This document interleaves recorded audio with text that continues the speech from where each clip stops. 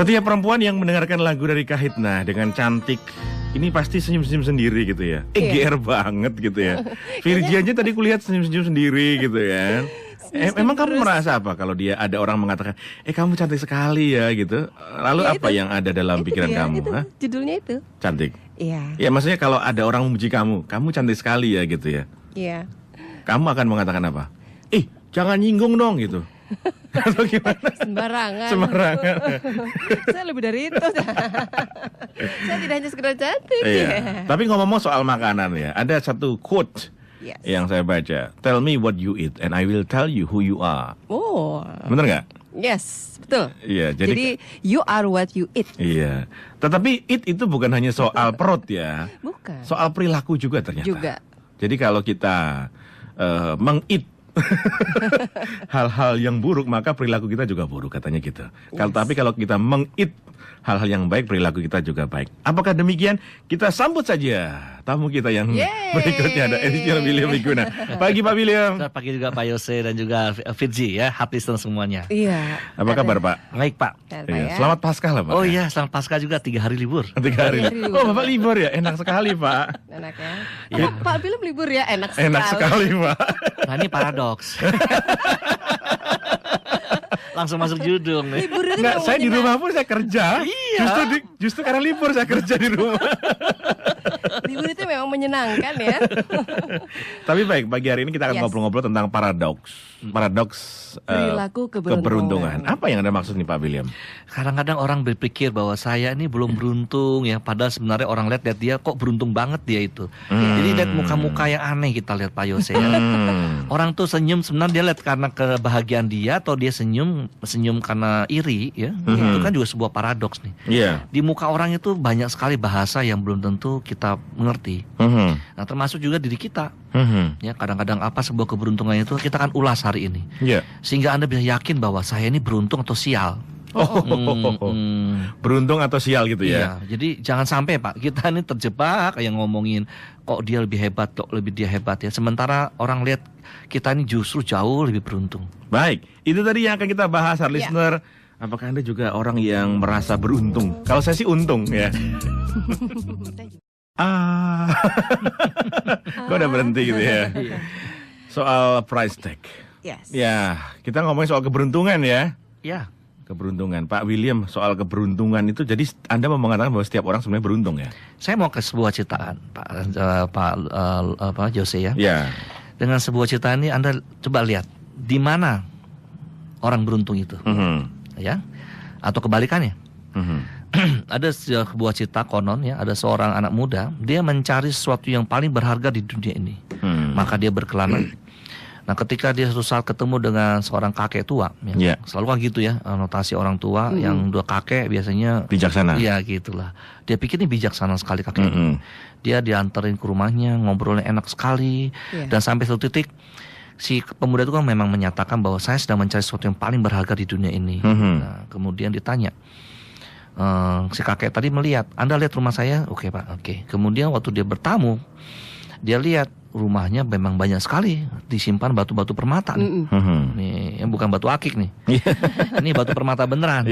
Karena memang dia bisa tahu orang ini, bahwa orang bangsawan ini ya, dia tahu ini barang mahal. Kemudian si kakek itu lihat matanya si pemuda ini terbelalak lihat barang-barang seperti itu. Semua si kakek itu langsung ambil satu biji dan langsung dikasih plok gitu. Tanpa babi bu ya? Tanpa ya babu.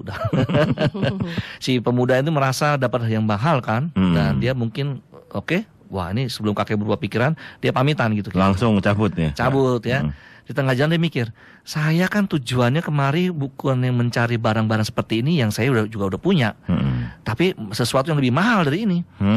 Kemudian dia berpikir, kenapa itu kakek kok memberikan batu permata yang mahal ini begitu saja kepada saya gitu. Dan tanpa babi bu tadi kan.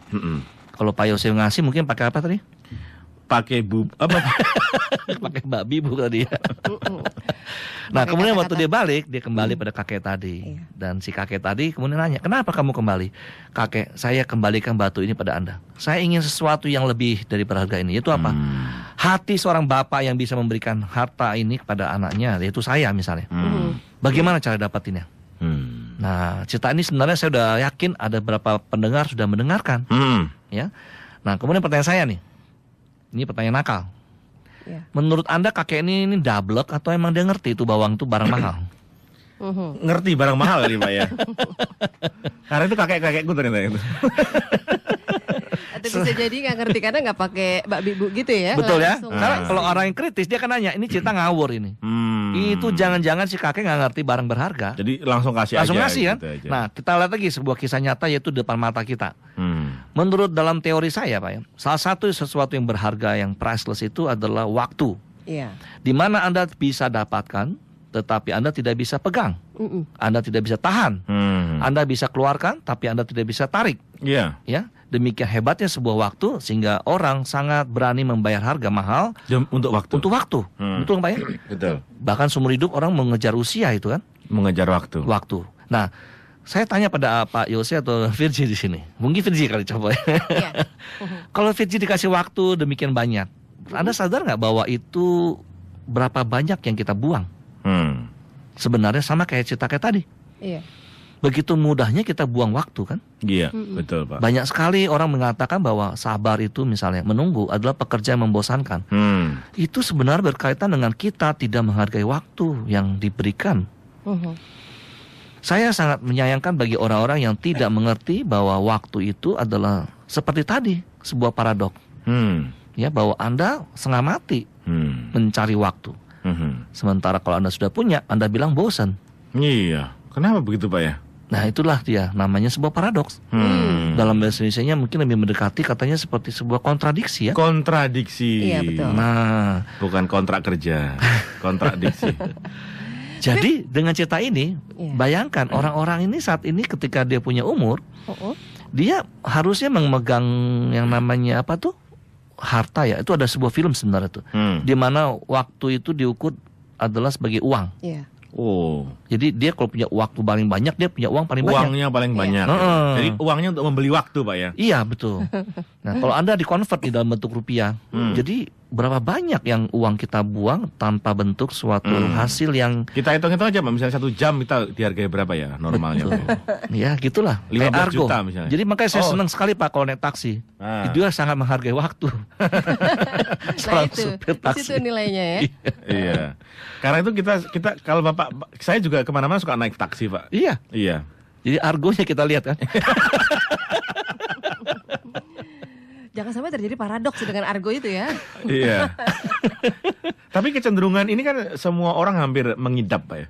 Ya karena Mengidap penyakit ini Pak. kita seringkali membandingkannya dengan orang lain soalnya. Jadi mengidap ini yang kita tiru biasanya perilaku yang salah. Misalnya gini, udah biasa terlambat misalnya. Anda sadar nggak 1 detik 2 detik terlambat itu akan membuat sebuah kebiasaan. Bukan masalah waktunya Pak Yose. Kebiasaannya itu ya. Perilakunya ini loh, bagaimana orang ngerti menghargai sebuah waktu, menghargai orang. Ya karena waktu orang tidak menghargai keterlambatan. Dulu saya juga nggak terlalu ini aware. Tapi ketika saya punya klien, saya baru menyadari bahwa kita on time itu adalah sesuatu yang sangat dihargai orang-orang. Bener loh.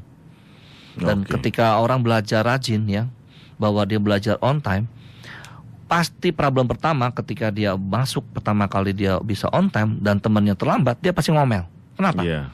Karena dia merasa bahwa saya udah waktunya tepat, yang yang lain teman-teman nggak terlambat gitu ya? kan. Nah menurut saya Anda jangan terusin berpikir seperti itu. Tetaplah kita belajar on time. Karena masalahnya gini, kalau Anda berpikiran selalu ngomel, dia tidak akan pernah bisa on time. Ya dong, karena teman-temannya pada nggak mau terlambat, pada mau terlambat kan. Betul. Wow, ini keren sekali hard listener. Anda bisa bergabung juga bersama kita bersama William Wiguna 5919244 tentang paradoks perilaku keberuntungan ya Pak ya. Ya.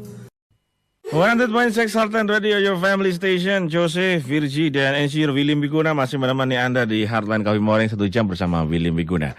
Anda yang mau mengakses profil Pak William bisa di www.careplusindonesia.com ya, untuk tahu tentang apa yang beliau lakukan dan bagaimana beliau bisa membantu perusahaan Anda dan juga pribadi Anda dan keluarga Anda. Oke, kita ngomongin seputar paradoks perilaku keberuntungan. Sudah ada Pak Yusuf yang mau gabung nih. Pak Yusuf, selamat pagi. Pak Yusuf. Pagi, Pak. Pagi Pak Yusuf. Ini benar satu topiknya waktu ya. Iya. Bagi saya waktu itu adalah suatu yang tak ternilai, lebih dari uang sekian triliun. Setuju. Karena waktu itu betul-betul sangat berharga. Karena beberapa yang saya kenal nggak sampai umur 50 atau sekitar umur 50 habis waktunya. Artinya meninggal. Ya. Saya bersyukur sekarang saya usia hampir 60. Waktu saya umur 23 dulu di Bandung mengalami kecelakaan parah motor ya, tabrakan. Nah, kemudian ya syukur bisa sembuh. Di Bandung kemudian pindah ke Jakarta.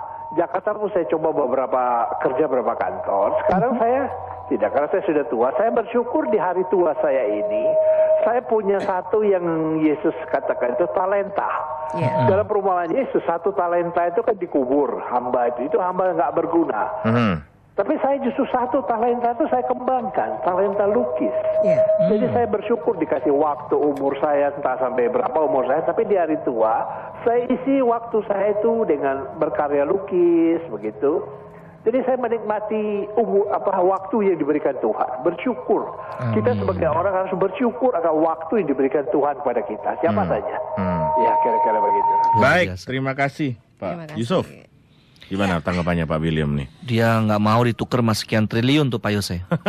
Jadi artinya dia udah mengerti filosofi sebuah waktu ini. Bagi orang tertentu mungkin dia berani nuker waktu dengan dengan nilai yang rendah. Mungkin sekali lagi masalah waktu dengan kecantikan tuh seringkali debat buat wanita nih. Kenapa tuh Pak? Kan ya jadi kan cowok itu kan seneng ketemu dengan wanita cantik, ingin memiliki wanita cantik gitu ya. Betul apa Yose? Cantik. Saya pengen wanita kaya aja. Ada hubungannya, ini ada hubungannya. Sebentar, dia udah nikah berarti. Berarti sudah jelas ya. Oh iya, itu kata kuncinya, dia udah nikah. Gitu. Udah jelas ya. Oke, udah aman. Jadi, nah, ada sekarang mendapatkan, katakan dia seorang selebritis ya, cantik. Terima telepon dulu ya. Gitu. Ada Bu Christine, selamat pagi. Pagi Bu Christine. Selamat pagi. Apa kabar Bu? Syukur, alhamdulillah dan puji Tuhan. Alhamdulillah. Apakah hidup topik waktu ya? Iya, paradoks perilaku keberuntungan. Apakah hidupan ini suatu keberuntungan untuk Ibu Christine sendiri? Oh, tiap hari kita tuh beruntung. Tiap hari beruntung. Iya. Tiada hari tanpa kita memperoleh keberuntungan. Jadi jangan kita hitung bentuk keberuntungan itu cuma berupa finansial. Kesehatan, waktu yang begitu banyak terbuang bahkan disia-siakan, ya, dan terus kita masih bisa melihat usaha lagi, wow, begitu bangun turun dari ranjang, bahwa kita masih bisa melangkah, keberuntungan. Jadi keberuntungan itu bukan hanya dinilai dari segi materi, dan itu memang kebanyakan kita manusia, termasuk saya, terkadang menilai suatu keberuntungan itu hanya berupa materi atau ada apa yang diberikan orang, kita disapa orang, kita menyapa orang, dan memang seperti itu, hidup ini seperti itu terus. Jadi keberuntungan itu jangan diukur hanya dari segi materi saja. Kita bisa melakukan sesuatu yang berarti untuk orang lain pun, orang itu menerima keberuntungan untuk kita. Sementara kita sendiri sudah mengerti, kita sudah menerima keberuntungan itu dari apa yang di luar dugaan kita. Betul. Saya kira itu aja. Selamat pagi. Selamat pagi. Bu.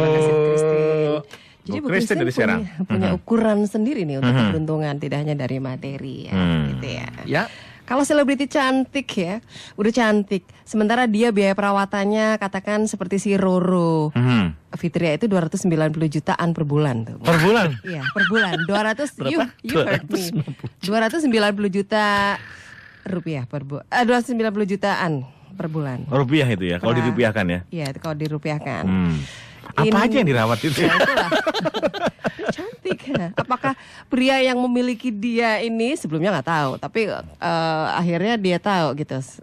Perawatannya sampai setinggi itu. Ini sebuah keberuntungan atau gimana? Nah ini. Saya terus terang nggak berani ngomong karena harus langsung pada prianya kan. Pada prianya Pak ya. Bapak nggak tanya ke saya? Saya prianya nih Pak. Kalau Pak Yose prianya. Gitu kan maksudnya kan. Kalau itu Pak Yose. Gimana Pak? Kalau saya bukan beruntung itu penderitaan. Penderitaan ya. Harus ngeluarin duit segitu kan Pak ya? Iya. 200-an juta untuk perawatan gitu. Perawatan. Dan itu fakta loh. Ini lokal ya, untuk Indonesia aja segini. Karena lebih besar bahkan dari selebritis papan atas dunia. Angelina Jolie itu perawatannya 13 juta per bulan. Bung Oh, 13 juta masih kecil ya, Masih 13 kecil. ya. Mila Ya. Kunis, tahu ya Mila Kunis? 80 juta. Masih di bawahnya si Roro ini. emang Indonesia ngetop ya? Iya. Wow. Tapi ada laki-laki nggak yang dirawat? Atau dia sakit kali? Dirawat Kalau rumah dia sakit. dirawat mukanya, prianya dirawat. Jadi pria yang memiliki wanita cantik seperti Roro ini apakah keberuntungan atau keberuntungan yang bagaimana nih Pak? Untung tadi yang di Serang udah ngomong ya, jelasin bahwa Iya. dia nih Tidak wanita diukur. ini tidak mengukur dari masalah Materi, uang nih. ya, dari finance. Dari finance ya. Iya. Karena bagi saya ini suatu contoh yang kita bisa lihat. Anda yang terlalu fokus pada masalah uang itulah sebuah keberuntungan. Apa aja semua dilihat pakai uang, Oh. ya kan? Jadi akibatnya ini buang duit nggak nih? Nah, ya salah satu cara yang membuat orang jadi sial, dia merasa dia tidak beruntung karena dia salah lihat kan? Padahal yang dilihat harusnya dengan kacamata dia 3 dimensi. Iya. Ya. Dimensi apa aja tuh Pak? Dimensi pertama yang tadi adalah masalah dia bisa hidup sehat misalnya. Sehat itu satu dimensi ya. Satu dimensi kan? Nah kedua dia bisa punya maaf ya keluarga kalau dia ada. Ya kalau berikut lagi dia punya teman. Ya kemudian dia punya apa lagi misalnya? Oh ya kalau dia sudah punya rumah. Ya habis itu dia punya situasi yang lingkungan yang aman. Iya. Ya dan mungkin banyak hal-hal yang saya rasa Anda bisa sebutkan kalau dihitung. Bukankah berarti kita ini hidup bukan karena yang tadi? Nah, sementara kalau orang hanya memfokuskan di satu benda saja, misalnya dia hanya mau sesuatu yang dia inginkan, itulah yang namanya kekecewaan. Ya, kecewaan orang itu bisa berakibat dia mengabaikan yang lainnya kan? Ya, misalnya orang yang sudah fokus pada sesuatu mainan, anak kecil saja sudah saya ajarin bahwa bagaimana keberuntungan bisa menjadi sebuah kesialan. Kalau dia tuh fokus pada mainan yang dia bisa main terus-terusan, lupa makan, lupa tidur, lupa minum. Iya. Ini benar terjadi kan? Tapi banyak orang gitu kan Pak. Kalau sudah punya mainan, dia lupa diri biasanya Pak. Itu dia. Ya, memang nih perilaku ini Baik sangat orang dahsyat. dewasa pun gitu Pak. Sangat dahsyat Pak Yose. Ketika orang sudah biasa, misal tadi saya ngomong ya, ini seorang nih ya, seorang ibu-ibu misalnya, disinyalir perilaku korupsi para pria itu dipengaruhi kuat oleh para istrinya. Lingkungan saat sekarang ini banyak orang berlomba, ya perilakunya adalah yang penting kelihatan mewah, 2 mobil mau 3 mobil, ya sesuatunya dia harus kelihatan ya. Mungkin matanya make upnya kurang menor, harus lebih menor, contohnya seperti itu. Tanpa sadar itu memicu semangat orang untuk korupsi. Ya, bagaimana tanggung jawab seorang pria misalnya, dia harus dengerin kata istri kan? Iya. Pak tambah mobil dong satu lagi. Gimana kek? Nah, itulah contohnya. Gimana kek? Kok bisa gayanya pas ya, Virgi ya? Kadang-kadang. Cara ngomongnya. Oke, kita kembali bersama dengan Insinyur William Wiguna. Anda bisa akses profil beliau di www.careplusindonesia.com atau juga ke HP Pak William berapa sih? 0818 Iya. 839 Iya. 469. Iya. Harganya berapa? Virgi nggak mau tanya HP saya. Berapa? Biar masa aku penyiar bertahun-tahun nggak pernah di-share Iya, nomor iya. HP saya. Nggak bisa dijawab. Saya akan masukin nama Pak Yose kalau gitu. Sekian tahun. Sekian tahun penyiar. Sebuah paradoks. Pendengar nggak tahu nomor HP kita nih. Ini paradoks Iya. Kalau Bung Jose aja tidak diketahui nomor apalagi saya. Iya. Jadi kita masih membahas mengenai paradoks perilaku keberuntungan. Sekarang kan kita bekerja dimanapun, di kantor, di rumah juga ada pekerjaan-pekerjaan. Di mana sebetulnya kita bisa melihat atau bagaimana melihat dimensi keberuntungan dalam pekerjaan itu, Pak William? Ada 2 cara. Pertama, waktu Anda di tempat ibadah, Anda mungkin lihat ke atas bahwa kita mengucap syukur ya dan segala macam. Itu masalahnya gini, itu kondisi saat Anda tutup mata. Iya. Saya tidak sarankan bahwa ini untuk dipraktekkan di depan mata karena Anda bahaya kalau kerja merem terus. Oh. Tapi memang perlu ya Pak Yose ya di sini. Kalau Anda mengakui Tuhan yang Maha Kuasa, Anda harus melakukan itu. Saya nggak singgung karena para orang-orang rohaniwan lebih hebat yang bisa menjelaskan pada Anda. Saya akan menjelaskan dari kacamata sisi adalah namanya sebuah perilaku di sini ya. Anda mungkin bisa melihat bahwa Tuhan sudah berikan sesuatu yang lebih di depan mata kita bisa lihat. Anda mampu nggak melihat dimensi keberuntungan Anda itu saat ini? Contohnya ya. Beberapa orang yang ketika kami ketemu, mereka nih saya tanya, saya suka interview Pak Yose. Sementara orang-orang pada banyak yang mundur ya di beberapa perusahaan ini, tapi ada yang bertahan. Salah satu pertanyaan favorit saya kalau saya tanya adalah, kenapa Anda bisa bertahan dalam situasi apapun sehingga Anda sanggup demikian lama? Ada 30 tahun Pak Yose. Iya. Ya, sampai 40 tahun juga, sampai benar-benar dia pensiun. Wow. Jadi ketika waktu dia pensiun, dia dengan bangga dia bisa melepas perusahaannya bahwa saya sudah demikian lama dipercaya. Salah satu alasan apa? Dia mengatakan bahwa ketika saya bekerja, saya ternyata memiliki batu pijakan untuk ketemu orang. Ya, bahwa jaringan yang dia punya di luar jam kerja dia malah dipanggil. Salah satu yang saya baca adalah ini di Kick Andy Pak Yose. Oke. Ya, saya baca kemarin dalam sebuah cerita dia punya ini autobiografinya ya. Sebagai seorang yang sangat bisa mempunyai jaringan, dia mempunyai waktu di luar jam kerjanya ketemu orang. Dan itulah yang membuat dia sebuah acara ini yang dia bisa dapatilah. Dia punya jaringan yang tidak didapatkan pada orang-orang lain. Ya. Kedua adalah beberapa orang lainnya yang saya nggak bisa sebut namanya, tetapi saya rasa memang benar. Orang yang bekerja, dia harus bisa melihat bukan dari kacamata gaji saat ini. Karena berapapun gaji Anda dapat, tidak akan pernah puas. Ya, karena kan ada istilahnya itu Pak. Iya. Gaji di pelupuk mata nggak terlihat. Semut di ujung lautan terlihat itu. Bukan gaji orang kelihatan. Ini yang bikin gajah itu Pak, gajah. Oh, gajah ya. Ini yang membuat banyak orang tidak melihat bahwa ketika saya kerja itu, kalau Anda menyadari bahwa ini Tuhan yang izinkan, Anda coba bisa nggak mensyukurinya dengan multidimensi dulu. Nah, ini tugas kami membantu Anda itu. Kami bukan tukang sulap, menciptakan bahwa apa yang Anda inginkan bisa jadi ya. Masalahnya Anda sudah melihat nggak bahwa kita sudah diberikan banyak hal-hal yang kita tidak tahu. Ya, pertama jaringan. Kedua, Anda tahu nggak ketika bos, pimpinan saat ini menjadi pimpinan Anda, mereka terbatas dengan adanya posisi dia dan kita justru bisa lebih banyak membantu dia. Ya, saya mengajarkan pada anak buah saya contohnya. Anda punya kemampuan memberikan laporan 14 laporan per hari misalnya. Ini rekor buat saya. Kenapa? Tidak semua anak buah mau lapor pada atasan kan? Saya berani tantang. Kalau Anda punya anak buah yang bisa lapor pada atasan lebih banyak daripada yang dipinta, itu menurut saya itu sebuah prestasi. Iya, betul. Saat sekarang ini Pak, pimpinannya minta satu, jawabnya cuma satu. Itu juga kalau ditanya. Kalau nggak ditanya, nggak jawab. Nggak ada jawaban. Jadi ini yang membuat orang menghilangkan kesempatan. Jadi kalau dikasih satu, mendingan kasih dua Pak ya? Jadi artinya begitu, ketika Bapak punya atasan, inilah kesempatan Bapak untuk tunjukin bahwa saya minta satu, saya kasih dua gitu ya Pak? Betul. Kami dengan customer kami Pak Yose, ya, total ada 18.000 kita punya jaringan. Care Plus setia setiap minggu kita kirim. Ya, memang ada 1-2 yang merasa bahwa Pak ini kayaknya kami nggak butuh. Ya udah kami langsung coret. Ya, tapi kami bilang ini bukan spam. Ya, karena emailnya kami dapatkan dari setiap Anda ikut acara dengan kami. Oh, database ya? Database. Dan mudah-mudahan Anda akan lihat. Saya juga kemarin diminta untuk besok nih Pak ya, untuk membantu orang dari Papua untuk di training. Wah, ya. Di Papua sana Pak? Kebetulan nanti diatur tempatnya saya belum tahu, mungkin daerah Kupang. Ya. Jadi daerah Kupang ini akan ada sebuah training ya, di mana saya mengatakan bahwa Anda nih kenapa? Dia tanya tadi pagi, Pak ini gimana berapa biayanya?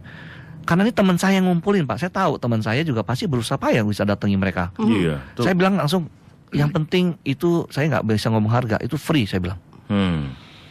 Jadi tidak bisa diukur dengan uang ketika sebuah pelatihan, selalu orang mengukur dengan price list. Pada pagi ini juga saya tahu ada perusahaan besar, guru besar, dia mencari pembicara. Ya, dia bilang, kenapa cari saya? Ya budgetnya nggak cukup buat yang lainnya, misalnya. Ya.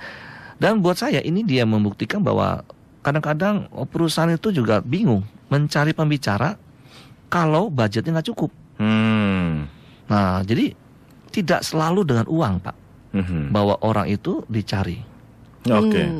Dan kalau orang memang sengaja cari uang, mungkin dia belum lihat dimensi lain dan sangat belum beruntung kalau dia hanya lihat uang. Oke. Luar biasa. Iya. Luar biasa. Luar biasa. Saya merenung dulu dari kata-kata Pak William tadi agak dalam, hard listener. Nah, Anda masih bersama dengan Insinyur William Wiguna di program Hardline Coffee Morning. 100.6 Heartline Radio, your family station. Dan hard listener, tahukah Anda bahwa flu itu bisa membunuh 3-5 juta orang setiap tahunnya? Betul ya Virgi ya? Betul. Kok Mengerikan. betul? Tahu ya kamu ya? Tahu. Berbahayanya flu gitu ya. Iya. Karena itu Anda kita undang juga untuk mengikuti talk show This is Free Living Live Talk Show yang berjudul Waspada Flu, 4 hal berbahaya tentang influenza yang Anda tidak ketahui gitu ya. Oke, Pak William ini sudah di penghujung program. Sangat cepat ya. Iya, waktu begitu cepat Jadi berlalu. semakin memotivasi kita nih ya. Ya. Untuk menyadari semua dimensi yang ada sekeliling kita sebagai keberuntungan. Gimana, ada kata-kata penutup yang benar-benar dahsyat? Sebenarnya Anda bisa lihat bagaimana beruntung ketika Anda lihat lingkungan Anda yang Anda ciptakan saat ini. Sementara Anda mau belanja, Anda lihat berapa banyak belanjaan Anda ini bikin Anda stres atau Anda tambah kok makin ngomel-ngomel gitu. Atau Anda bisa belajar dengan suatu kata-kata yang dari saya ambil Kick Andi ya. Hidup makin sederhana, itu target dia. The more is the less. Oh. Ya. Anda akan lihat ketika Anda diciptakan lingkungan seperti itu, Anda makin bersyukur atau tidak. Keberuntungan sebenarnya di pola pikir Anda. Kalau Anda ciptakan Anda target yang makin sulit, Anda makin sial. Tapi kalau Anda lihat ternyata Anda lebih beruntung, coba lihat kata-kata ini. Kalau Anda punya rumah, kalau Anda bisa punya lemari es, kalau Anda punya duit di dompet, kalau Anda punya segala macam yang tadi saya sebutkan, Anda adalah lebih beruntung daripada 75% orang di dunia. Anda masih mau ngejar apa lagi? Di dunia ini saat ini adalah bukan waktunya Anda mengadu-adu sial, artinya melihat orang lain. Anda saat ini sudah sangat berlebihan, saya yakin. Waktu Anda, mungkin juga uang Anda, mungkin juga Anda punya perilaku. Orang lain sangat butuh Anda. Terima kasih Hotline. Wow. Luar biasa. Penutupnya nendang. Thank you Pak William, ketemu Sama-sama. lagi minggu depan ya. Yuk, baik.